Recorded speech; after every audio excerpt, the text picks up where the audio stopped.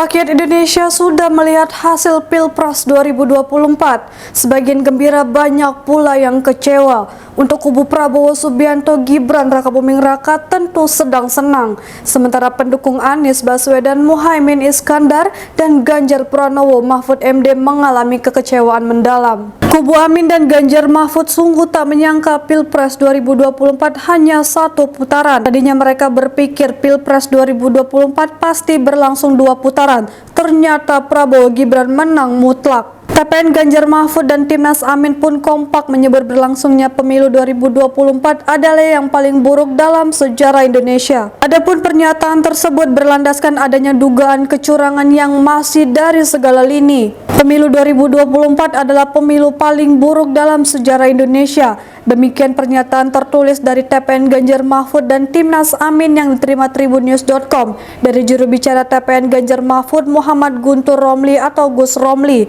pada Senin 19 Februari 2024. Kecurangan dilakukan secara masif dari hulu ke hilir, multistage dan memenuhi aspek terstruktur, sistematis dan masif lanjutnya. Selain itu, TPN Ganjar Mahfud dan Timnas Amin turut menuding Presiden Joko Widodo terlibat dalam pemenangan Capres-Cawapres nomor urut 2 Prabowo Subianto Gibran Rakabuming Raka. Alhasil, TPN Ganjar Mahfud dan Timnas Amin meminta agar hasil pemilu 2024 harus batal dan ditolak. Adapun alasannya yaitu adanya permasalahan legalitas hukum Prabowo Gibran berdasarkan putusan Majelis Kehormatan Mahkamah Konstitusi dan Dewan Kehormatan Penyelenggaraan Pemilu. Kedua, kecurangan pada kredibilitas pemilu yang rusak sehingga hasilnya pun tidak bisa diterima, ujarnya. Terakhir, TPN Ganjar Mahfud dan Timnas Amin menyebut Komisi Pemilihan Umum dan Badan Pengawas Pemilu gagal dalam menyelenggarakan pemilu 2024 ini. Juru bicara Ganjar Mahfud, Ciko Hakim, mengatakan indikasi kecurangan cukup banyak.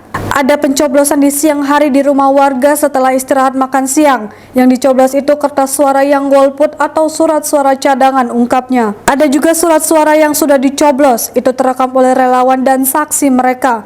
Mereka juga memiliki rekaman yang dikirimkan masyarakat, kata Ciko. Menurut Ciko, bicara kecurangan bukan hanya di hari pencoblosan, tapi juga bicara kecurangan yang sifatnya terstruktur, sistematis, dan masif. Itu terjadi tidak hanya saat pencoblosan, tapi sejak sebelum pencalonan. Ciko mengatakan TPN betul-betul serius menindaklanjuti indikasi kecurangan. TPN Ganjar Mahfud pun bekerja sama dengan Timnas Anies Muhaimin dan dengan koalisi masyarakat sipil untuk membawa dugaan kecurangan ke Bawaslu, kemudian ke Mahkamah Konstitusi.